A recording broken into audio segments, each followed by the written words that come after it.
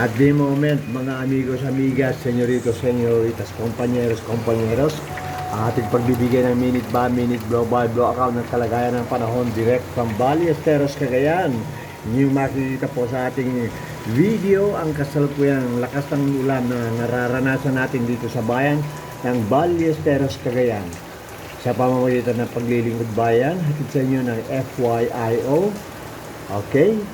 Gratis et amore ang tinig ng yung kaibigan ng inyong lingkod na si Grandpa.